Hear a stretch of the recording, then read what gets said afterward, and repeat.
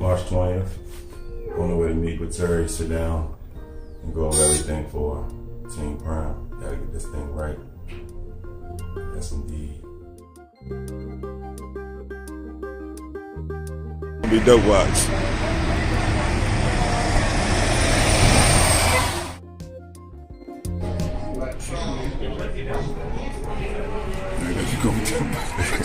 There you go, man. I'm telling you, you think I'm joking?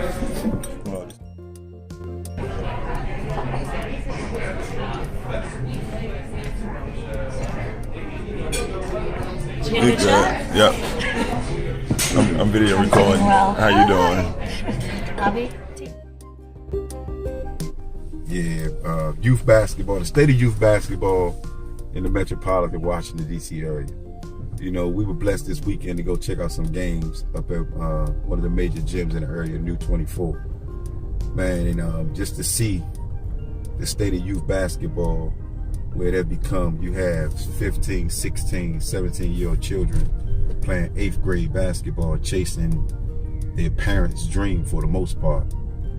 And the unfortunate thing about it is, man, they're this old, and their skill set fits the skill set of a 8th grader, but they should be in the 11th or 12th grade. It's just sad because nobody's coaching the game of basketball. Everybody coaching because they want an opportunity to win a game. And something just got to be done about it. We got to really help our children to understand that their youth is valuable, to really take time to appreciate what they're doing, to get some good, good ground rules out of it, and try to really find a way through life, through the game of basketball. But we have these parents out here chasing these NBA dreams. The unfortunate thing about it, they don't study the percentage. They're better off taking their money and dumping it into the lottery than their child having an opportunity to go and play in the NBA. You know, the odds are greater.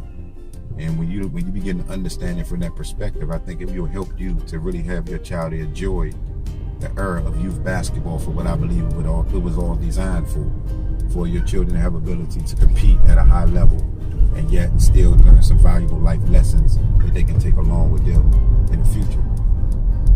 But I think it's just the adults who's ruining the game for the children. You know, having children believe that they can play when you really can't play. You walk on the court with a certain swag as if you're Michael Jordan, but yet, saying not having nowhere near that. So, for you being a co-founder and a director of Team Prime boys basketball, what you feel is your place? Like, what do you have to offer to the game? What can you bring to the table that can, make some kids' situation better? One of the most things I think that Prime is trying to bring to the table is giving the children the ability to enjoy their youth. I think because of the sport and because of the pressure that's being put on the child, that they're missing out on the reality of youthhood and what it really means to be 12, 13, 14 years old, and giving them an opportunity to experience some things that they wouldn't have the opportunity to experience without playing basketball. I think we're the organization that's coming to turn the tide. That we're not trying to per se develop NBA players. We're just trying to develop, high personality people, high character people. And when you do that, you can look back into the community and you can see your hand all over it. But when you're talking about developing NBA players, you may look back 20, 30, 40 years from now and see nothing that you have produced. But when you're talking about developing minds of young men, you can look back over your organization and say, okay, we have touched over X amount of thousands of boys, and throughout those thousands of boys, we can say 40% are productive citizens in life.